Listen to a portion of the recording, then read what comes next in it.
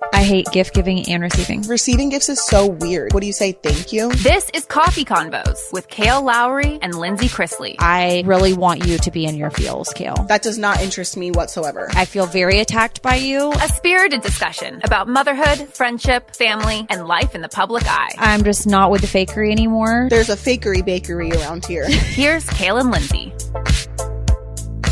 Good morning, kitty cat. Hello, kitty. I almost wore my black kitty shirt for this episode. I'm going to wear it for next episode. How are we this morning? Good, but we're matching. We are. I'm wearing a black tee. This is Skims, but I do have a blanket on because it's freaking cold. It's kind of like our souls currently. Yeah. My friend Emily was at the house the other day, and she came with the conversation that I was just blindsided by. Okay? Oh, wow. She sends me this Facebook post by a woman, and it's like an actual Facebooker. Okay. So it's not like AI. And it says, I gave my newborn baby up for adoption because I cheated and got pregnant by another man. My husband stated that there was no way I was bringing another man's blood into this house. As much as this hurt, I chose him over my newborn because I knew I was the one in the wrong. I feel so ashamed for putting my husband through this that 100 apologies wouldn't do it. I'm thankful, but surviving this mess has shown me what loyalty really costs. After the baby was adopted, he still ended up leaving me. Most women would have given their newborn baby up if they really loved their husband.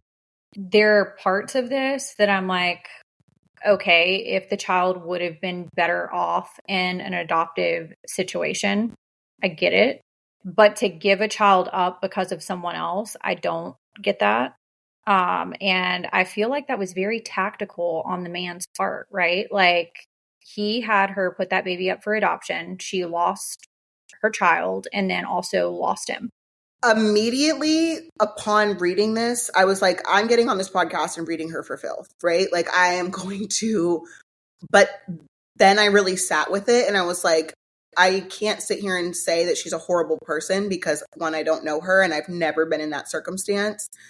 But I'm just like, what a roller coaster. Like, it sounds like if you maybe were cheating or the husband, maybe the marriage was a little bit tumultuous at that time, adoption probably was a good option. But like also now you've lost your husband for better or for worse. All the vows, none of it matters.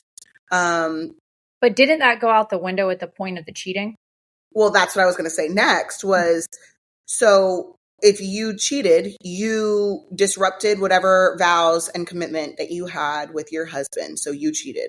At that point, you've already, why give the baby up at that point? Like you've already disrupted the marriage. You've already done all of that. At that point, you leave and you raise this baby but then are you going to be resentful towards the baby because you did like there, it That's is why I'm so, saying the adoption is probably the right choice if she felt that way about her husband. Just for the child's safety and mental health. Yep. However, if I was in these shoes, and it's easy to say, okay, well, if I was there, I'm not there. For sure. But putting myself there, if I was, there is no way, if I made the choice to cheat, got pregnant, there's no way I'm giving that baby up to stay in that marriage. That's how I feel as well. I feel the same. But knowing that some people would not think like us, like I don't know that there is a right answer here because there's so many ways to look at it, but I just, for topic of conversation, like I was like, I have to bring this to Coffee Combos because I truly, and I when I first read it, I was so pissed off, Lindsie. Like I was pissed off. Like I was hurt for this baby. I was like, what the fuck is wrong with the mom, the husband, like everything is wrong with this, right? Like every single thing. And then I slept on it and I was like, like, but I don't understand the thought process from her because it's kind of contradictory, right? Like, okay, I made these vows to my husband and I want to stay with him. So I'm going to give the baby up. I'm going to honor him, blah, blah, blah. Okay. But where were those vows when you were getting pregnant by somebody else? Mm-hmm.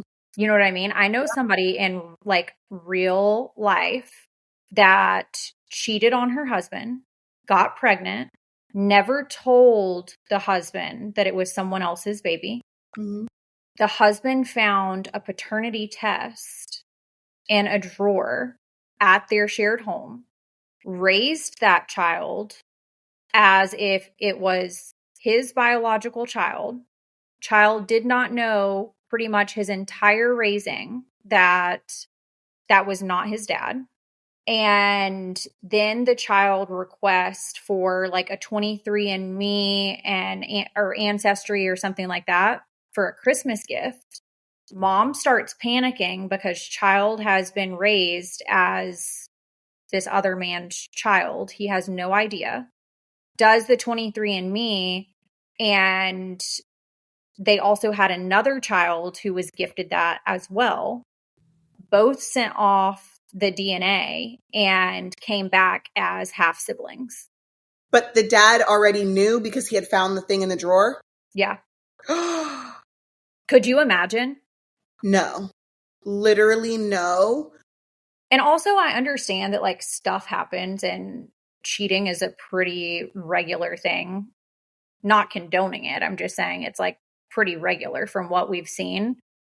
But why are you out here fucking and not ducking? Like, that is my biggest gripe with all of this, right? Like anybody who, and really it came from like myself, like reading rumors about myself, reading rumors online that Kail Lowry doesn't know who the father of so whatever child, I think it was mainly Lux and Creed.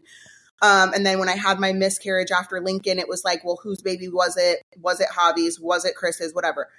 I have said over and over and over and over and over again, I have not been the best person. I have cheated in my lifetime. But during those fucking rendezvous and any time I've ever cheated, I personally, Kail Lowry, is never putting myself in a position where I don't know who the father is, okay?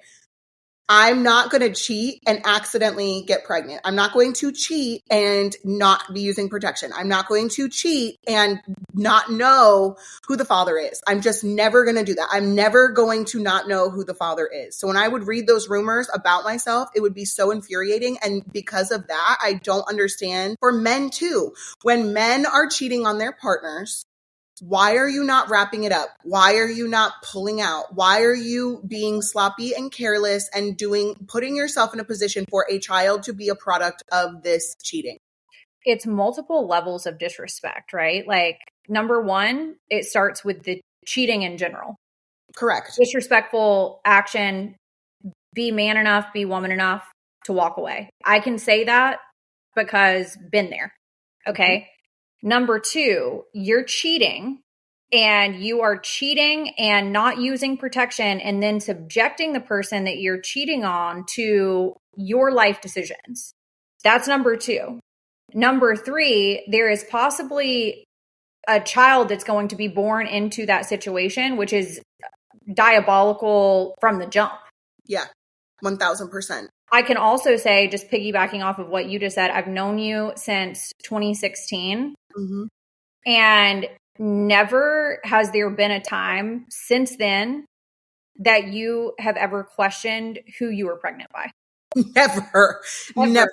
I know that I'm not great at relationships. I'm aware, and I have cheated in my lifetime, but listen, I'm not putting myself in a position where I have to question who the dad is. I'm just not doing it. So it's just such a weird, like when I think of women who have done that or men that have done that, I'm just like, how could you be that careless or that stupid, right? Like I can't wrap my head around it. And so I'm like, what the fuck were you thinking? Like what? And I wonder how many people have gotten in those situations that have led the partner that they were cheating on to believe that it was theirs, like the women who are cheating. To your point, you said you know someone. I also know someone. I've said it on another, I think it was Coffee Combos podcast episode they have a child, they have multiple children together now, but there is a dark family secret. And if you think that in 2025 and beyond, that they will not figure it out, it's like, do you not live with the constant fear? It's kind of like when I think about like the conversations about like, I know people that are like, yeah, I could kill someone. I'm like, I couldn't, right? Like I can't because the guilt would eat me alive. Like even if I thought I could get away with it, the fear of getting caught would never, like I would never be able to do it. Same thing with the child. I couldn't sleep. I wouldn't, Lindsie, the way that I would not ever be able to sleep with the fear of getting caught and the person finding out, like that alone.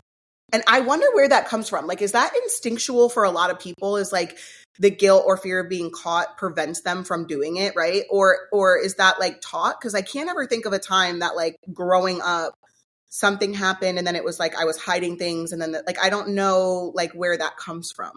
I'll just tell myself. No, and Kristen said that the other day. We were talking about something.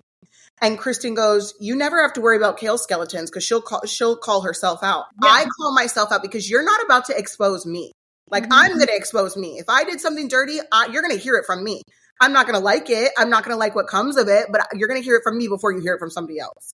I totally agree with that. It's like, just own your shit and move the fuck on. I have to tell you something though.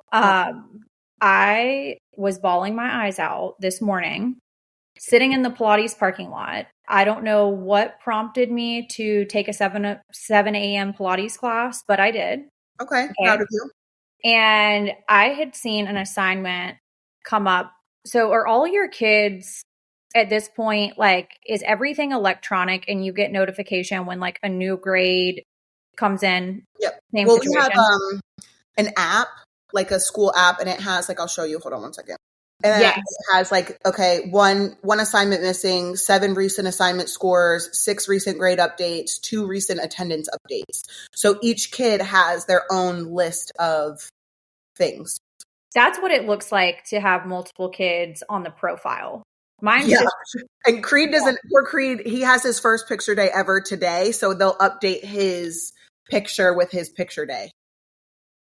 As fall begins, you're getting back into your routine, maybe going back to workout classes or recommitting to habits that just make you feel good. But here's a question. Have you thought about what you're actually cleaning your home with and how that might be affecting how you feel? I know that sounds a little odd to think about, but what you use in your environment really shouldn't be overlooked. It's easy to miss because there are so many products out there claiming to be clean or natural, but often they still contain ingredients linked to hormone disruption, skin irritation, and respiratory issues. And in the US, cleaning brands aren't even required to list every ingredient on their labels, which to me is so scary. You could be using something harmful without even knowing it. Branch Basics is redefining what it means to be transparent in the cleaning industry. This female-founded brand is on a mission to eliminate toxins from our homes, starting with products that we use every day. I started with their premium starter kit, which comes with one powerful concentrate that makes everything: laundry detergent, bathroom cleaner, glass cleaner, even pet wash and produce rinse. It is really one thing, one plant and mineral-based formula, and it replaces all. It is safe for babies, pets, and everyone looking to reduce exposure to harmful chemicals. When Branch Basics says human safe, they mean it. If you're ready to kick off your fall clean out products, head to branchbasics.com to shop the premium starter kit and save 15% off with code COFFEE at branchbasics.com. That's 15% off your new Branch Basics premium starter kit at branchbasics.com with promo code COFFEE. Start fresh this season with products that are safe, simple, and actually work. Okay, I need to go back to the school picture thing in a second. Okay. Okay, so Jackson had all of mine come to my email. I have it set up to email notifications. So when he gets a grade on something, immediately it pops to my email. I can view the assignment. Yep. There was a personal narrative that he had to write for his ELA class. Okay. He supposedly like submitted it the wrong way. And of course, I'm accusing him of not doing this assignment. And he's like, no, I did it. I just didn't submit it right. So email the teacher. And she's like, no, he in fact did do it. He just did not submit it properly, blah, blah, blah. So I could not see what the assignment was or like what he wrote. This morning, I open it up and this is what his narrative says. Here's the story about how I met my forever best friend and the best dog I could ever ask for. Now, before, I had a puppy at 2 years old, and at this time, I didn't understand what a dog was or what a dog meant. So I would chase this puppy around the house, grab her tail, and squeeze her because I wasn't old enough to understand. I've grown up with that dog, and she still does not like me to this day. So I asked my mom and dad for a new dog, but they said that I had one, and another one would be too much work. I never understood because my current dog hated me. It became 3 years later and I was 7 and still had no new dogs. My parents divorced and moved into different homes. The dog that didn't like me went back and forth for a while until I started playing basketball. At one practice, my dad took me out earlier than usual and we went to my mom's house and drove into her neighborhood, and I asked my dad, why are we pulling into mom's neighborhood? He said she wanted to spend some time with me, which there was something there that was much bigger to come. We stopped the truck and walked along a trail, and I asked where we were going. I kept asking where we were going, and he said, we're going to see your mom. I turned and saw a sign that said Jackson and George's Thanksgiving, and I saw a brown-red puppy who jumped on me and licked me, and I kept saying, Mom, who is this? Mom, who is this? And she said, this is your new dog. I cried happy tears into a cuddly dog and kissed her snout and said, I love you. And we played fetch for a little bit. She follows me and jumps on me to this day. Today is her birthday and she's going to get a pup cup. She will be loved permanently and forever. I learned that being patient is key. The way that I had to blink around, Lindsie, if you don't turn that into a children's book, like, no, I'm not kidding. You need to self-pub, like Jackson needs to be an author. Like that needs to be turned into a children's book and sold on Amazon. Is that not the cutest thing in the world? That is the cutest story. Like you could, Kail will do it. I published by Kail, Killer Publishing. Jackson's the author. We will get him a little illustrator. I am not kidding. The way that you need to, that is the sweetest story. And I Is that not so sweet? So sweet. I was like, wow, I really did something good for once in my life. You do a lot of good things. You know what I mean? Like, I don't know. You do things for your kids and sometimes you're like, oh my God, I worked so hard on this. Yeah. And the response sometimes is just, you know, not what you were thinking it was going to be. And then you read something like that and it's like, oh wow, like he really took it to heart. I put in a lot of work. He understands and you can see that. I love that. Good job, Jackson. Another thing that I have to tell you is I found it to be very interesting that as I was surfing through my emails, you and I had talked about incidents that have transpired at school. Mm-hmm. We received, and I'm assuming everybody in the county received, a safety pamphlet talking about safety being a top priority for the school and the district. And one of the many investments in school safety is made by the school board and an expansion of the school police department, now with 35 certified officers. It lists our school officer and lists his credentials, and it says that they do a 3-pillar approach, every routine, drill, and plan, and in their investment. The pillars of prevention each school day begins with safety huddle involving the school's admin team and the school police officer. They talk about the day ahead and plan for the typical school day. And when needed, they also plan out safety plans for any special events like student assemblies. You will often see them partnering with law enforcement agencies present with us as part of a comprehensive planning approach. I find this to be very interesting because we have never received something like this ever before. And maybe the timing is just coincidental, but I don't really necessarily believe in coincidences. Do you understand that I never received anything from the school regarding a threat to my child's life on paper? Mm-hmm. I had to do an open records request through the county, and they sent me back a redacted record, blanking out the other child's name. I messaged the mom on Facebook because obviously our kids come home and tell us who did whatever to them or who was involved in the situation. I find out that the child that did this to Jackson's mom also works in the school system, a teacher at another elementary school, and opened my message and never responded. What did you say in the message? Because the mom of the story that I told you before messaged me as well, but she wasn't nice about it. Like, it wasn't like a, you know, the school, maybe she felt like the school didn't do enough and she wanted to hash it out, like make sure that the kids are good, whatever. It was like, it started off really nasty. So what did you say? This is what I said. Hi, blank. I hope this message finds you well. I wanted to reach out to you regarding an incident at school last week and would like to talk. I hope everything is going okay with you and your son. Oh, so you were non-confrontational. You wanted to address it head on. And if these kids are going to be, here's the thing, is like, I didn't know how, like, I really didn't like how the mom messaged me. I felt like it was really inappropriate. And it was so far after said incident that I was like, this is so wildly inappropriate. When the school is not handling it, it's a threat to your son's well-being and you approach it in a very mature and non-confrontational way, I feel like that is okay.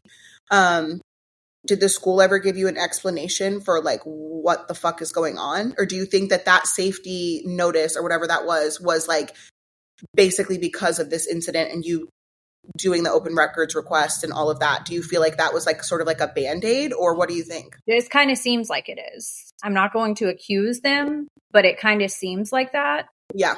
I also talked to the school officer, and when I was trying to get information for that, I said that I wanted to file a report with the local sheriff's department because I wanted a wellness check on that situation to make sure that if they did have any weapons in the home based off of the threat, that those were secured from the child. And the school officer told me that they have jurisdiction and local law enforcement doesn't. But it's very interesting to me that they're going to reference local law enforcement and assistance on this safety. That's interesting to me because whenever the whole situation happened with Elliot, I guess it was 2 years ago at this point. Was it 2 years ago? Holy fuck. It was 8th grade going into 9th grade. So it was like the last school. They asked me, did we want to file charges? Did we want to press charges? And so that would require local law enforcement. And I believe, don't quote me on this, for anyone in the Smyrna School District, do not, if I'm wrong, feel free to correct me politely. I think our school officer was part of Smyrna Police. Well, apparently ours is like their own police department. Okay. And then local law enforcement aids them for certain things. But I just found it to be interesting that it was determined that it was a threat on my child's life, and that was coming from administration. I talked to the resource officer, and they tell me that they have jurisdiction over the school and that the county doesn't, but the property resides in the county. And they also, in the event that there ever was a school shooting or whatever, do you think it's just going to be the school resource officer that's there? No, they dispatch out to local PD. So that doesn't make sense to me. I also received a flyer within the last week about Georgia law and it requiring sex education. And it's this whole, it's a 2-pager write-up for this permission slip for your kid to participate in sex ed. How do we feel about them going into sex ed classes at the school versus having the conversations at home? Or do we have the conversations at home and also allow it at school?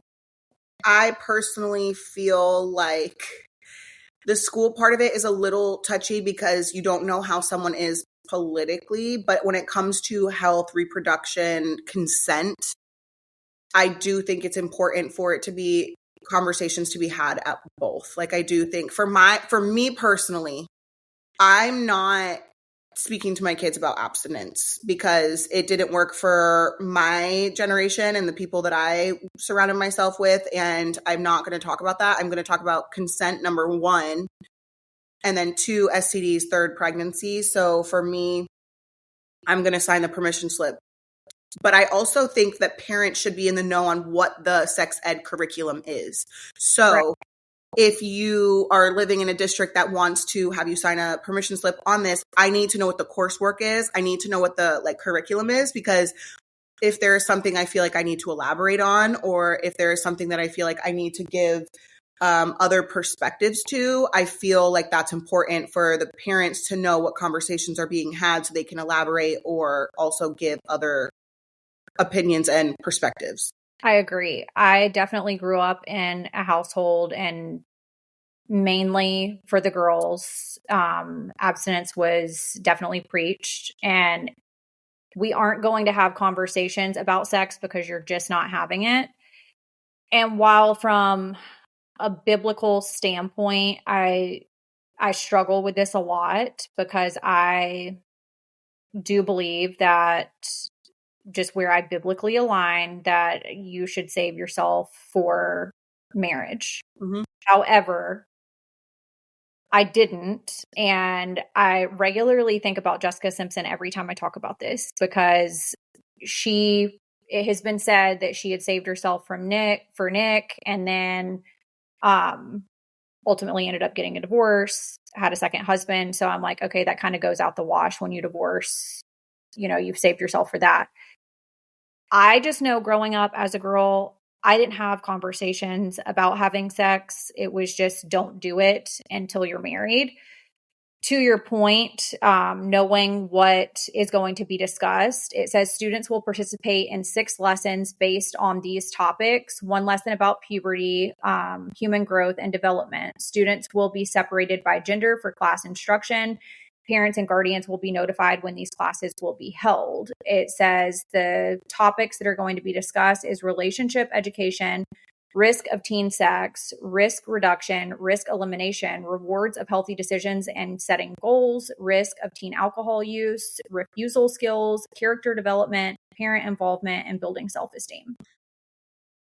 Coffee Combos podcast is brought to you by Progressive Insurance. Fiscally responsible, financial geniuses, monetary magicians. These are things people say about drivers who switch their car insurance to Progressive and save hundreds. Because Progressive offers discounts for paying in full, owning a home, and more. Plus, you can count on their great customer service to help you when you need it. So your dollar goes a long way. Visit Progressive.com to see if you could save on car insurance. Progressive Casualty Insurance Company and Affiliates. Potential savings will vary, not available in all states or situations. It's officially cozy season, which means soft sweaters, layered looks, and comfort on every level. But if your bra isn't part of the equation, it's time to change that.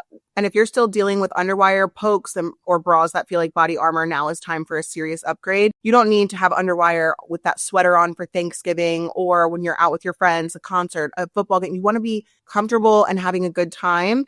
And Honeylove's signature support comes from smart design, not stiff wires or bulky padding. It's all the shape and hold that you want without any of the stuff that you don't. So once you try it, you'll forget you're even wearing a bra. And I can promise you that. So this is y'all sign to go ahead, ditch the wires, ditch the digging strap, and give your top drawer the upgrade that it deserves. Fall is about leaning into comfort, and why should bras be any different? Start cozy season off right with a base layer that actually feels as good as it looks. For a limited time, you can get Honeylove on sale. Take 20% off your entire order at honeylove.com/coffee. Support the show and check them out because your comfort should never be seasonal. Okay, so here's my question to you. I took to my memory, and we all know that my memory is not great. I only remember taking a health class. I had a health class in 6th grade. We didn't spend a whole lot of time on like reproductive health or like sex and stuff. If we are only going to graze over it and just do it lightly, should we be covering it at all? I don't believe so. And from my memory, it was the same as yours. It was covered in health. 1 year. Very small unit. I think they did separate us between boys and girls. I'm kind of the belief that we don't necessarily need to separate at this point because I think it's just as important for the boys to know about the stuff about girls as it is for them to know about themselves. Like I struggled a lot in geometry. I probably could have done a lot more in health class, paid attention if they would have talked more about, risk factors and unhealthy teen relationships, teen abuse and relationships. That should have, I'm just looking back to I've never used geometry again after school. I failed it. I went to I needed more on relationships and sex. That's what I needed more of. I'm going to sign the permission slip because I do think that these are important things to be discussed. I just wish that it was more extensive. So the kids, if it's 6 sessions of this stuff, that they were coming home with information per session so that it also opens up the conversation at home. Yes. Yes. I love that. And also scare my kids, scare them, tell them that, show them the pictures for a good amount of time. Show them pictures of what the STDs look like. Show them what the risk factors are. It's not just pregnancy, right? It's STDs. It's the health, right? Your I don't know, scare them, because I wasn't scared enough. They grazed over it. I was looking for love in all the wrong places. I know that's not the school's responsibility, but had I been a little more scared, Mm-hmm. and a little more educated on what sex was, and I literally talk about it in Pride Over Pity. Like, I learned what sex was when I physically had a penis already inside me. That's what I knew what sex was that day. That night, I was like, oh, this hurts.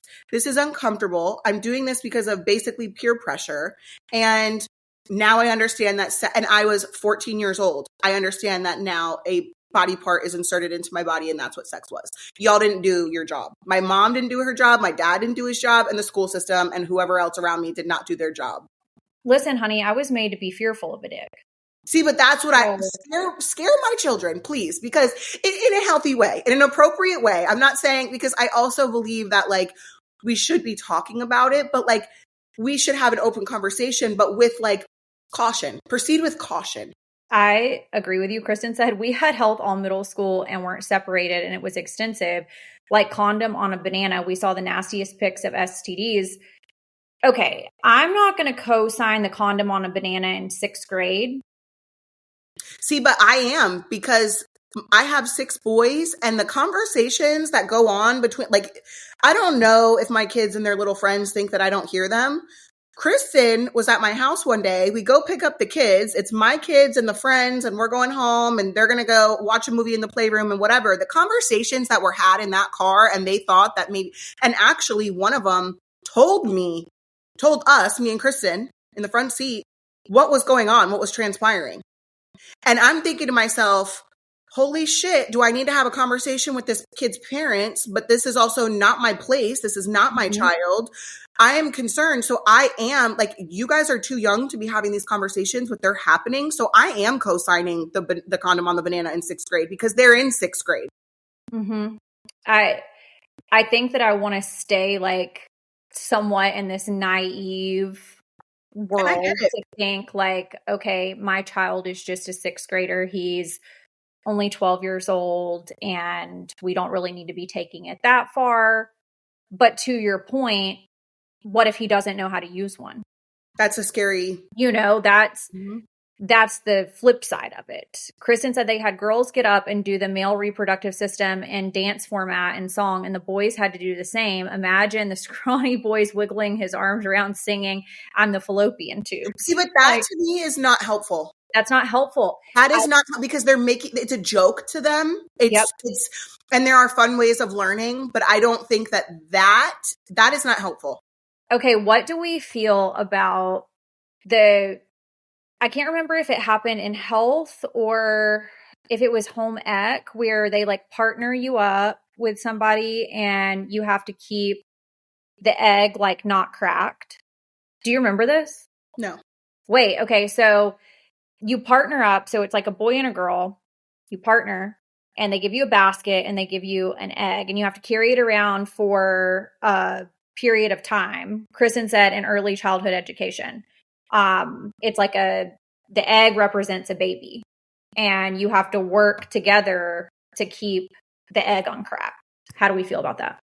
I don't think that I feel like the egg uncracked is more of like an elementary thing. Like, you don't necessarily have to explain to them what the egg represents, but, like, doing that more in elementary school. I think every fucking child that goes to a public school in America should get a baby that cries all night long.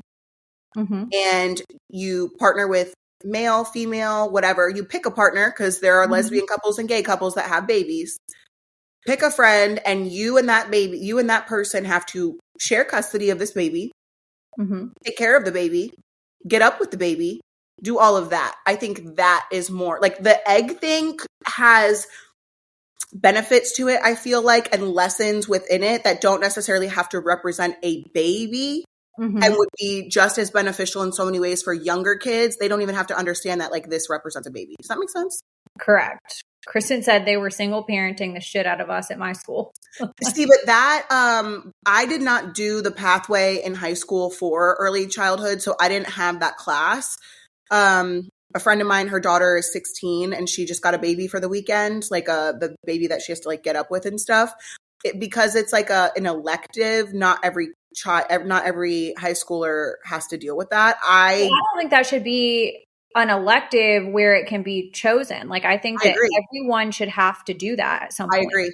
And I think it should be for like a week or for that entire semester or that, like, I truly believe that. I think that we didn't need to do Teen Mom and 16 and Pregnant to do this lesson had we just given everybody at a public high school gets a baby. I agree. Back to the school pictures. I gave up. Listen, Lindsie, we are fully fucking aligned, okay? I give up on school pictures. Like, I'm going to buy them, whatever they look like. I'm buying them because it's funny to me. But when I tell you, I have let my kids for the last probably 3 years, just whatever they want to wear is what they want to wear. Yep. I will make sure they have a haircut and their hair is done, but I don't care what they want to wear. I'm going to order the pictures. I don't really put them on the wall, put them in like a frame and put them in my office or whatever, but get Lincoln's pictures back. Lincoln, my dear son, he's about to be 12, wore a Buc-ee's hoodie. Okay. Buc-ee's, the fucking gas station. Mm-hmm. So today is Lux and Creed's picture day, and Lux and Creed are so different in their personalities. Creed he's always been into clothes and what he wears. He likes to pick his own outfits. He's very into fashion. That's his thing. Last night says, like, I really want to have a nice outfit for his first picture day. Love that for him. Got a haircut last night, whole nine. Lux, I did buy him like a nice little jean jacket, and it wasn't for picture day. I just got it for him, and he wanted to wear that. Couldn't find it. Don't know where he put it. It's brand new, just out of the package. We looked in the trunk. We looked in the car. We looked in the house. We don't know where it is. What do you think he puts on? Jersey. A Buc-ee's hoodie. Oh, a Buc-ee's hoodie because his older brother put on a Buc-ee's hoodie. A different Buc-ee's hoodie, but a Buc-ee's fucking hoodie nonetheless. So 2 out of my 4 school-age children are wearing Buc-ee's hoodies for their fucking school pictures. Buc-ee's hoodies with a fucking beaver on it, okay? A beaver. Lincoln's just said Buc-ee's. Great. Camo, nice little vibe. That's fine. You wanted to wear it. You love it. Great. Lux has a beaver. Fresh lineup, fresh cut, locks all twisted, perfectly, just sleek down. Fucking beaver. You know, I respect it. And I remember as an adult, like going through old yearbooks and stuff. Mm-hmm. And my school pictures, do you remember that store called Gymboree? I'll never forget it because my mom wouldn't shop there for me.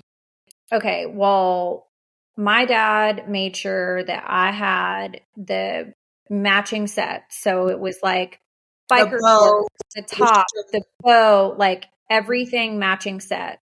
Always hair fixed, all the stuff. Then I had Jackson, and I was like, you've got to wear a collared shirt to school today. Like, it is picture day. You need to look your best. Like, we've got to go get the haircut. You know, you need to make sure that your face is moisturized, like all the things. That lasted until 2nd grade. Yep. Sounds about right. And for the last at least 3 school years, he's worn a Clemson jersey on picture day. And I'm like, okay, when you look back at these, you're going to be like, what was I doing? And he was like, no, I won't. He's manifesting getting accepted to Clemson, Lindsie. Okay. He's manifesting his college education. So I fully support the jersey. I would have been happier if Lux would have worn a fucking Eagles jersey. Would have been nicer than the goddamn Buc-ee's hoodie. Okay. Buc-ee's hoodie is wild. Like a beaver. It didn't say Buc-ee's, Lindsie. Yeah. It was the fucking beaver. It's a little wild. I'm going to log in to this. Oh, I can show you Lincoln's as well. Lincoln's wasn't bad, but it's just funny that it said Buc-ee's in his school picture. That's really what I was like, you gotta be kidding me. Okay, you probably can't see Jackson's, but like, there it is. Oh, I love that. I love the jersey. It's giving, he's an athlete and he's manifesting his education. And I'm like, why do you look like you're wearing shoulder pads? It does kind of look like look at that. I need Lincoln to be sponsored by Buc-ee's, okay? Goodbye. Goodbye. I also need school picture companies to like get on board with the times. Why do we have the blue background? Like, why is that? When I ordered online, which we didn't have when we were growing up, I don't know if you did, but it was like Life Touch or Legacy. Yeah, it You was had Life to Touch for get us. ahead of time and then try to coordinate your shirt to the background.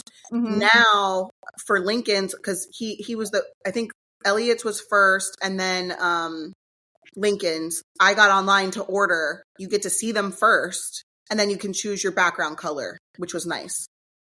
I love that for you. I do not order school pictures, and here is why. All the pictures that I take on my iPhone are way better than what's coming from there. So if they need that photo to identify my child at school, great. Love that for you.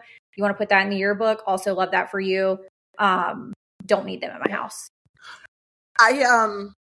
Yeah, I get it. But also Elliot's, I got a link and it was like order every single, they like have it organized. So you can order from kindergarten to 10th grade at this point. Oh, wow. So like, I kind of love that too, because I go, you know, the listeners know, Kristen knows better than anyone. Like I hyperfixate. So sometimes I'll get a wild hair and be like, oh my God, where is Elliot's kindergarten picture? It's kind of like the waking up in the middle of the night and being like, where's my social security card? Yep.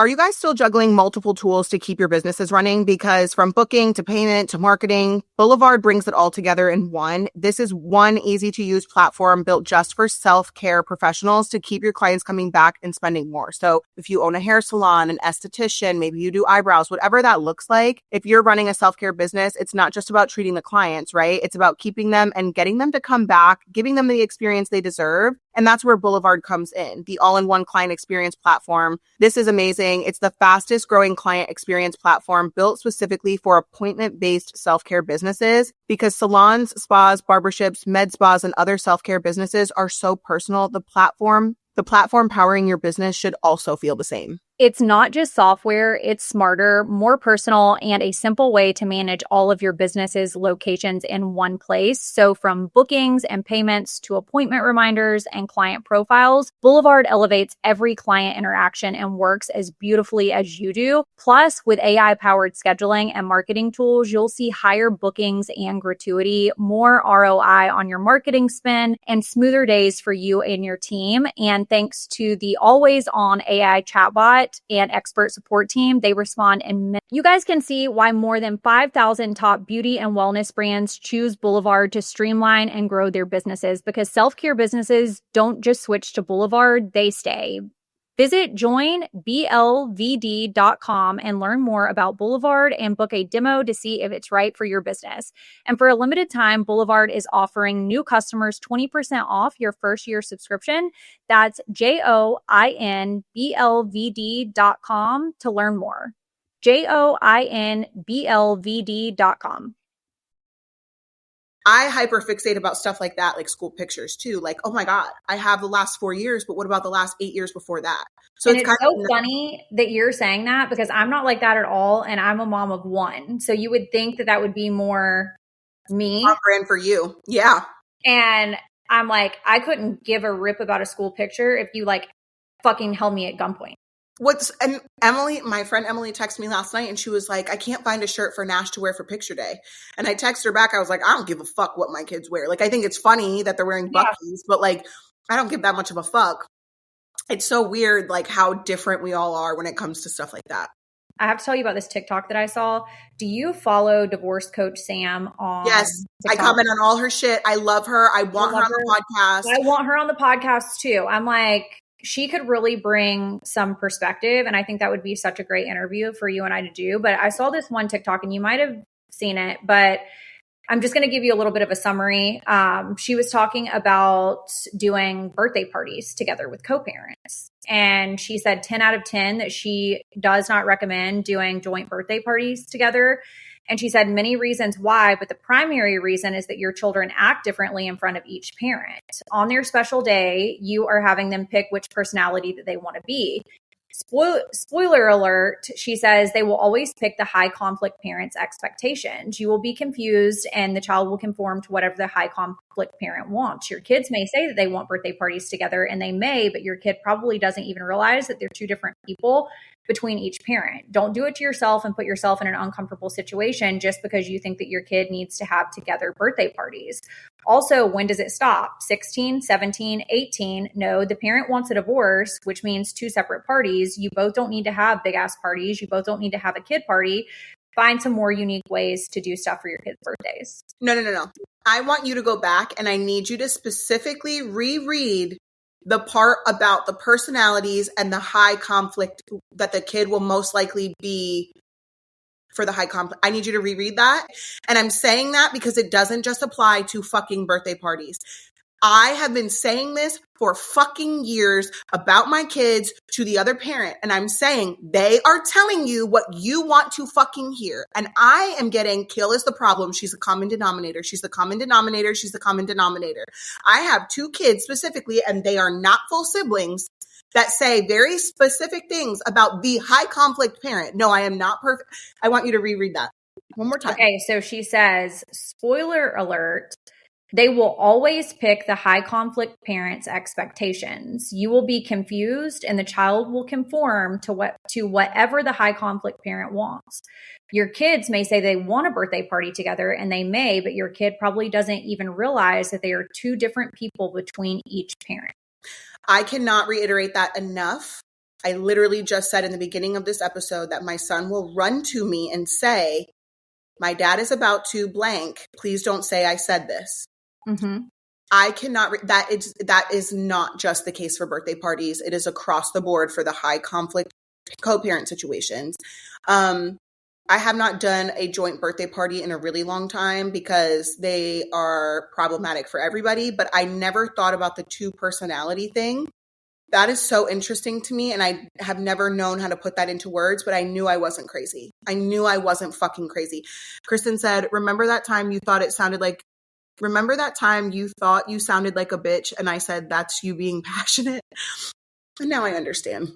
No, I totally agree with this. While I am not high conflict and I invite Will, we normally go to like an arcade or do laser tag or something like that. Again, Jackson's birthday is in the middle of winter, so we have to do inside activities.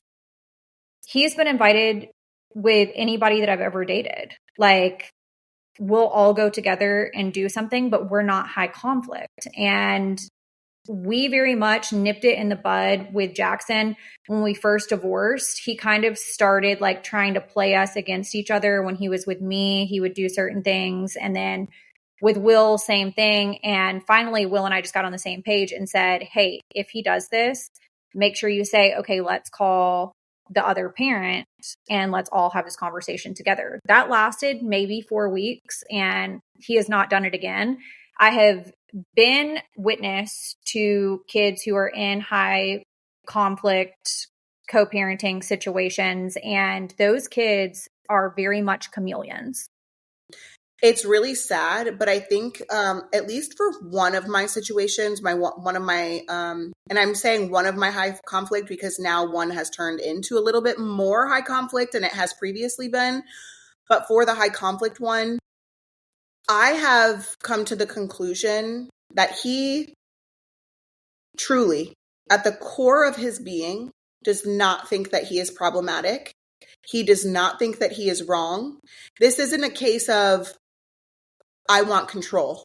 This is a case of, you actually think this. You actually believe that you are right. You actually believe that you are doing right by the child. You think that you're not wrong. I'm pretty sure that you're describing a mental disorder. No. Lindsie, it's a mental disorder. It has to be, because I know I don't want to bring trolls into every fucking aspect of my life, but like, when they're like praising him, I'm like, no, you're not getting the reality of the situation. I see why you think I'm the villain. Mm-hmm. I get it. Like, I see why you think I'm the common denominator. I'm the problem. I am the one, right? What he is telling you is so far from like, it's almost like you and I could see the same car accident and have completely different perspectives, but both are true. Yep. Okay. Both are true. This is what you took away from it. This is what I took away from it. But you could see how both of us got to that conclusion. Correct. This particular high conflict situation is, we watched the same car accident and you didn't see the same accident as me. You saw the accident over there. Mm-hmm. And so we're telling a story about this accident, but you actually saw a different one. I have said for many, many years, normally the dog that bites first is typically the one in the wrong, the one that needs the public affirmations from other people, exposing things that aren't really exposure. It's just a false narrative of whatever you have created. There are some people, it is a mental disorder. And I don't know what the mental disorder is. Is it narcissism? Is it pathological lying? No, that's a really good point, because this is not, and obviously you don't see it when you're with that person, right? Or like maybe you see it, but you ignore it, you justify it. When you're out of it and you're removed from the eye of the storm, that is how they see all of life, not just this co-parenting conflict, not just the joint birthday party, not just the, that is how they see all of life. And so when you get to that place, it's like, okay, but now what do I do with this? I understand now that he is not trying to be problematic. This is what he truly believes to the core of who he is. What do you do then? But how do you convince yourself, I'm fine to take accountability? If I've done something wrong, that might not prevent me from doing it. But I will circle back around the block and be like, hey, I was maybe a little out of line, did that, sorry, let's move on. The type of people that you're talking about, they never see fault in their action. Never. So I don't know how you remedy that. No, and that's what I'm saying. So like, I want to ask Coach Sam that. Like because I hear what she's saying, and I agree with the birthday party situation alone. She also talked about in another video, and if we have time for it, we can talk about it here. If we don't, we can move it. I don't know if we talked about it. It's 3 things that in high conflict.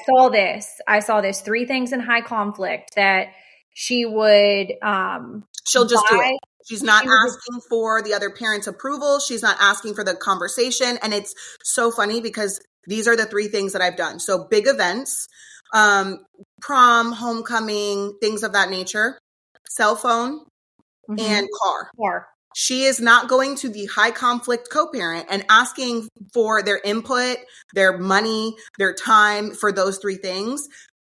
Lincoln and Elliot both have cell phones. I have never asked for either of those, either Javi or Joe, to ever provide a single cent or dime or anything towards cell phone bills or the cell phones themselves. Javi, I think for a replacement phone, offered to pay half for a replacement one time. He offered, and I took him up on that offer. I think the rest, he's never put any money towards a single bill. Joe has never put a single dime towards the bill. I've never asked. They've never offered. For prom and homecoming, Joe has never offered. I have never asked for a single dime. And then Elliot's about to get a car for his 16th birthday. I am not having that conversation with Joe. I do not care what he says. I will just do it. And those 3 things, in my opinion, especially when we're talking about someone like who we just described, like a person who just, to the core of their being, they just don't see things the same way that like a logical person would. I'm not going to them for any of those 3 things. I'm just not. How do you and Will do the cell phone? Who pays for it? Who bought the phone? So Will was actually not in agreement for Jackson to have a phone. And the only reason, and I do feel like he was a little young to get a phone, so I will agree with Will that had we remained married, he wouldn't have got a phone at that time. Fair. But with the divorce situation, I did not want to prevent Jackson from freely being able to have conversations with people and needing to always ask, hey, Mom, can I have your phone? Can I have your phone? Can I have? So I said, I'm going to go and get him a phone. I will pay for the phone. I will pay for the device. I will pay for the service. You don't have to worry about any of it. We have never had a conversation past that point. If Will wants to take the phone at his house, I used to have a big problem with that. Now I'm kind of like, okay, well, it's his rules. So if he decides that he's taking the phone for a punishment, do I love it? No. Do I get it? Yes. Do I have to allow him to parent? Also, yes. Just because your neck and arms might be covered this fall doesn't mean you should pretend that they don't exist. Covered up doesn't mean forgotten. Your skin still needs love. And that's exactly why Go Pure created the Neck and Arm Cream Bundle, a powerhouse duo designed to visibly firm, smooth, and restore the look of saggy, crepey skin where it matters the most. I absolutely love GoPure products. There are so many products that are out there, but these creams you guys are going to reach for every single day. These high performance formulas are made to hydrate, tighten, and improve elasticity over time without the harsh ingredients of a luxury price tag. All GoPure products are cruelty-free, paraben-free, and sulfate-free, so you know you're giving your skin clean, effective care without the harsh chemicals or compromises. And fall might mean more layers, but that is no excuse to ignore your neck and arms. You guys can treat them now, so the next time that they're revealed, they are ready. Thousands have made this their go-to for visible results in just 4 to 8 weeks, so why not you? Go ahead and give your skin the reset it's been waiting for and see why this bundle keeps selling out. I absolutely love this product. I actually started a little bit before summer, but if you guys want to try and you have not yet, all GoPure products, you can try them risk-free for 60 days. Love your results or get your money back, no questions asked. Right now, GoPure has a crazy deal. For a limited time, you can get 57% off the Tighten and Lift Neck Cream and Sculpt and Tone Arm Cream bundle. You can also get 25% off all their other products by using code COFFEE at gopure.com. So head to gopure.com and use code COFFEE for a huge discount. And after you buy, do us a favor. When they ask you where you heard about GoPure, tell them it was from our show. This episode is sponsored by BetterHelp. October 10th is World Mental Health Day, and this year we're saying thank you to therapists. BetterHelp therapists have helped over 5 million people worldwide on their mental health journeys. That's millions of stories, millions of journeys, and behind everyone is the therapist who showed up, listened, and helped someone take a step forward. Moments in therapy, like the right question, a safe space to cry, or lives. This World Mental Health Day, BetterHelp is honoring those connections and the therapists who make them possible while showing how easy it is to get guidance from a licensed therapist online with BetterHelp. Absolutely love BetterHelp. I don't know if I shared this, but I actually had to switch therapist, and I started with BetterHelp to try to find a new therapist for myself. They do have quality therapists. BetterHelp therapists work according to a strict code of conduct and are fully licensed in the US, and they have a therapist match commitment. BetterHelp does the initial matching work for you so that you can focus on your therapy goals. A short questionnaire helps identify your needs and preferences, and they have 10 plus years of experience in industry-leading match fulfillment rate, which means typically they get it right the first time. So if you are not happy with your match, I think it's great that you can switch to a different therapist at any time from their tailored recs. They also have over 30,000 therapists. BetterHelp is the world's largest online therapy platform, having served over 5 million people globally, and it works with an average rating of 4.9 out of 5 for a live session based on over 1.7 million clients. This World Mental Health Day, we're celebrating the therapists who have helped millions of people take a step forward. If you're ready to find the right therapist for you, BetterHelp can help you start that journey. Our listeners get 10% off their first month at betterhelp.com/coffee. That's betterhelp.com/coffee. I thought the car one was very interesting because the way that she described it was, I'm not sharing a car with someone who hates my guts. Like, I'm going to have to go to them on maintenance or like tires, like all of those things, oil changes, the type of car that we're purchasing. I'm not doing it. Because I feel like for high conflict, you cannot. Will and I don't hate each other, so I don't think it's that big of a deal. I mean, we still share dogs for fuck's sake. So moving on from that, we had a listener submission and I wanted to get your thoughts on this one. This person says, out of curiosity, do parents drink alcohol at school events where you live? And do they drink at children's birthday parties? I went to a school fundraiser last night where alcohol was not served. Multiple people had drinks in their coffee mugs. Some even appeared tipsy. I just find this so weird around children, let alone at the school at an event that was held outside of the school by the playground. Also, at many birthday parties I've gone to pick my kids up at 10 and 8, and parents are sitting by a fire drinking while the kids are present playing. Is this the norm today, or is it just the town I live in? It's a pretty well-to-do town, lots of wealth here. I just feel so out of place. Am I overreacting? It makes me so uncomfortable around my children. I don't drink at all ever, but I'm wondering if this is normal everywhere. So, interestingly enough, that's how I grew up. everyone drank at all functions when I was growing up, birthday parties, get-togethers, play dates. The parents were drinking. That was what they were doing. I don't know if it was the area. I don't know. When Javi and I were the coach and teen mom duo, when Javi and I were the coach and team mom duo for Lincoln, I think it was like 3 years, there were parents at football that put liquor in their tumblers, like their Stanleys, their whatever, their Hydro Drugs, whatever. I never thought anything of it. I know it's inappropriate because you're not supposed to have alcohol at those places, but I also am not naive enough to think that people aren't doing it. I know that parents are doing that, football games, practices, whatever. It's not for me. I know that it happens. Again, it's not for me. Birthday parties also, I think, since I had kids, my kids' fathers' families have always been, there have been drinks and alcohol at birthday parties. I'll say that. So it's normal to me. Do I agree with it? No. Am I going to say anything? Probably also no. Am I going to drink at things like that? Definitely not.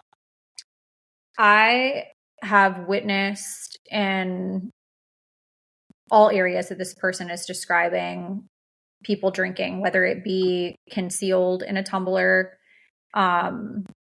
I'm not sure. The only school events and stuff that I've been to are more like field days and school assemblies and like PTA sponsored stuff. I'm sure there are people there doing that. However, I'm not bringing alcohol on a school campus. Like, I'm personally not comfortable doing that. Am I going to judge somebody else for doing it? No, quite frankly, I don't care. I'm there to monitor my own child. Don't care what somebody else is doing. As far as birthday parties are concerned, most of the time there is alcohol. Mm-hmm. There are times, okay, for example, Jackson's graduation party. A couple of parents stopped by. Will and I were there. His parents were there. There was beer, White Claw, and I think champagne. Parents were drinking. Will and I were drinking, but not to the point of we couldn't be responsible for the children that were there. Right. And I think that there is like birthday parties, events, things like that. If there's drinking, if there's alcohol available, I think that it's like, okay, there also people here that are sober that are going to be the eyes if something were to happen. I think that should be I don't know if it should be a spoken rule or if it can be an unspoken rule, but like, I know that if I'm at an event and parents are drinking, I don't drink. So for me, if I see something, I'm going to help, you know what I mean? But I don't know. It's one of those things. The River is Waiting. It's a book, changed my life forever. And I'm not being dramatic. So many people are like, I read it. I thought you were being dramatic. No, I'm not being dramatic when I tell you that changed my fucking life. Okay. This dad has mostly been like a casual drinker and takes Ativan, which is, I think, like, right. Mm-hmm. Starts abusing it and ends up, and this is not a spoiler because the book starts like this. Okay. He's teetering the line a little bit between like, okay, this is like a casual thing to like, I'm not quite addicted, but like now I'm doing it more than I should, but I'm not quite addicted. Does that make sense? Yeah. Runs over his own kid and kills him. Backs right over his toddler twin. Okay. First chapter of the book sends you on a fucking spiral. Okay. That book changed my life forever. So it's like accidents can still happen when alcohol is involved and it's responsible. Mm-hmm. I agree with that. I don't know if I told you this, but I stopped drinking. It's been about 6 or 7 weeks ago. Like all together or just like all together? Just all together. I mean, I'm proud of you, but like, what made you make that decision? I don't know. I just feel like I am so much more productive. It truly was kind of just like a thing that I did socially with whoever I was dating, or I would go out with girlfriends at like a local place and we might grab a drink after work or something like that. And then I kind of started getting back into like my Pinterest era days. And I'm like, oh, okay, well now it's fall and, I want to do all of these things with the kids and I want to decorate my porch and I want to read, and my drinking White Claw like doesn't really fit into that. So I just literally cold turkey one day, never did it again. I don't know why I'm so emotional about that, like trying to blink away. Why am I emotional? I don't know, but I'm proud of you. That's exciting. I mean, even if you, like, out of the two of us, like you drank White Claw, Trulies, whatever. Elijah drank. Chris really wasn't a drinker. Javi, kind of casual drinker. Joe, sort of the same thing. But I think so often we don't realize how casually alcohol fits into our lives. I think that people think, oh, well, I can have a drink or two drinks every single day and I'm not an alcoholic. No, I think by definition, if you drink one drink per day, you're an alcoholic. And so you don't really pattern. Yeah. And you don't really realize what the impacts or the effects of it are until you stop. And so like, you might not realize that one drink, maybe you have like weight loss goals or like fitness goals, and those one or two drinks every single night will change your fitness goals a little bit, maybe reach them faster, or maybe you're not as productive, like you were saying. And like, I'm not, as a child of an alcoholic, it doesn't necessarily bother me. Like if I'm with someone, Elijah was a casual drinker, he might have one or two here and there, never really bothered me. But like, you know, maybe for him too, like, because y'all were White Claw, Truly drinkers. Yeah. He might be more productive if he's not drinking. And so like, whatever, it's so interesting how different, and I don't know, that what you just said could inspire someone to not drink. And I just think I feel like it was such a casual thing that I did. And then also whenever I didn't have Jackson, it's kind of like that divorce situation with kids when you're sharing 50-50 time and 50% of your life looks one way and then 50% of your life looks another way. And I know that I've talked to you about wanting my life to look the same, even if I have Jackson or I don't have him. So I just one day just like threw all the White Claws away out of my fridge and have not looked back and don't miss it. And I'm like waiting to purchase my Kindle. Actually, I can purchase it today because I think it's like 40% off on Prime. So yeah, like that, I don't know. It's so weird. And your friend group changes. Yeah. And isn't that weird? Yeah. Like, because there are certain friends that you have, and people will relate to this, that you were kind of like socially friends with them in a drinking capacity. So like you might go and meet them out somewhere and grab a drink, but that would be the only thing that you would do together. Yep. And now I like have no desire to do that. I'm very focused on just like doing stuff around my house and reading and organizing my closet. And I know that sounds so boring, but at the end of the day, those are things that make me happy. And if you decide that you want to have a White Claw while you're reading and you're being productive, do it. Kristen said her and Corey lost all their friends minus one couple when they stopped drinking. So I've kind of set my mindset of I'm not going to drink, but if I had a drink, then it might be on like a football Saturday. Fair.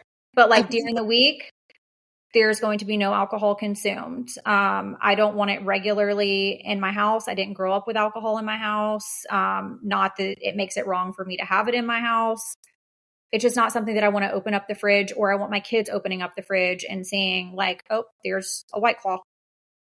Although I do think there are benefits to that in some cases. I do feel like it can desensitize.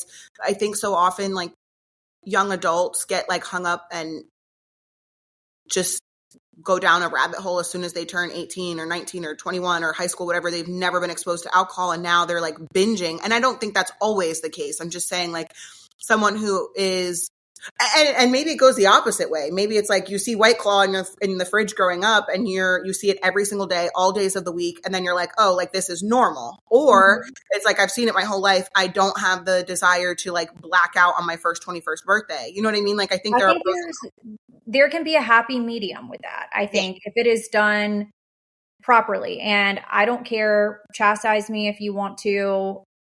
The kids that I'm raising, if they want to try something before they go to college, try it under our own roof, because I don't want to get the call that they didn't know how to drink and went out and got belligerent, got behind a wheel, possibly harmed themselves, possibly harmed somebody else. Like, we're going to learn those things in this house before you spread your wings. I also agree. I definitely agree with that. My mom let me try alcohol. I took one sip of a Smirnoff and I spit it out so fast, hated it, and never Did your mom ice you with Smirnoff Ice? Yeah, but my mom loves Smirnoff. We love that for her. And on that note, we have foul play. For years, I have been patiently waiting for a story to submit for foul play. Then it dawned on me that I already have a story. Last summer, my boyfriend and I took our first vacation to Europe, Italy to be specific. We went to attend the Eras Tour. First of all, you went to Italy? I love all of my Swifties. I don't care if you don't like Taylor. I am a Taylor stan. The day before our trip, my boyfriend had told me that he suddenly had a very painful pimple on his ass right next to his crack. What a great time for this to happen, knowing we were about to be on a 10-hour flight.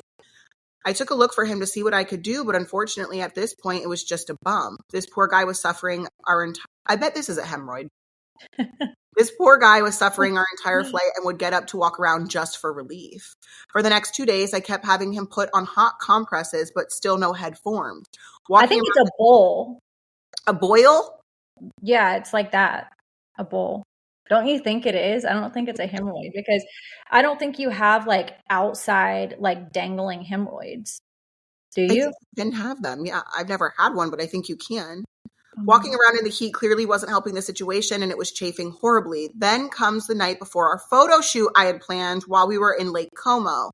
It's about 2 a.m. We are both awake, and he begs me to take a look at his butt crack because he's in pain. Finally, there was a tiny head.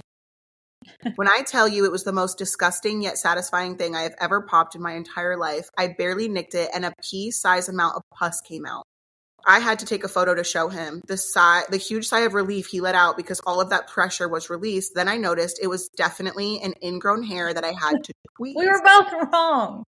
To make things better, this was our first time having a photo shoot, and we were very uncomfortable because we were not used to posing or having people take our photos. That's a whole other conversation for another episode.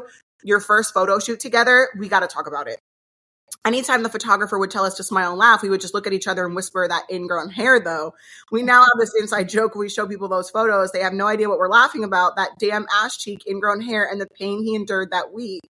It was most certainly a vacation to remember. I hope this gives you guys a good laugh because we still laugh about it to this day. The way that has happened to me, because I shave like my butt crack and my butthole, the way that has happened to me, and I'm like, nobody can look. Wait. Like you've gotten an ingrown hair like in your ass crack? Kristen said, see, no skeletons. Yeah, on my actual butt cheek. And now I have a scar that looks like a mole. And now I don't want to do doggy style because you can see the fucking scar that looks like a mole and it's not.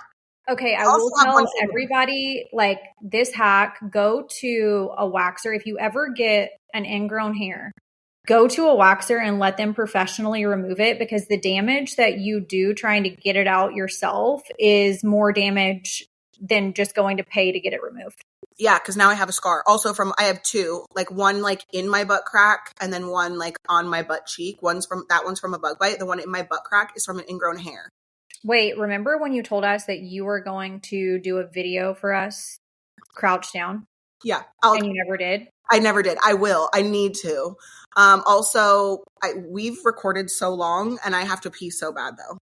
Okay. On that note, thank you guys for always supporting our show. Please subscribe and review on the Apple Podcast app. Follow and rate on Spotify or listen wherever you get your pods. For our latest merch, visit www.coffeeconvospodcast.com to shop.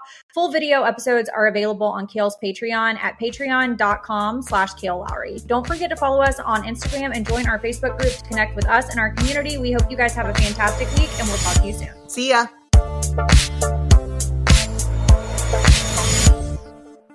This October, Fear is free on Pluto TV with horror movie collections from Paranormal Activity, The Ring, You Will Die in 7 Days, Scream, and From Dusk Till Dawn. This is my kind of place. And don't miss the man-made nightmares in Mary Shelley's Frankenstein or the world-ending chaos in 28 Days Later. There's something in the blood. All the scares, all for free. Pluto TV. Stream now, pay never. Is this thing on? I'm Caitlin Bristow, host of Off the Vine podcast, where I get real. well, maybe a little too real sometimes, with my friends and celeb guests from Bachelor franchise and beyond. I'm talking guests like Jonathan Van Ness, Nikki Glazer, Wells Adams, Elise Myers, just like in this like business jacket, like I would love some tacos. Heidi D'Amelio, Big Brother's Taylor Hale. I have to bring it up because it happened and we're going to get through it. What'd I do? And so many more. So come hang out with us, hear ridiculous confessions, and get a little vulnerable because you know what? We're all just floating on this weird little planet together. Follow, rate, and review Off the Vine podcast wherever you listen to your podcasts.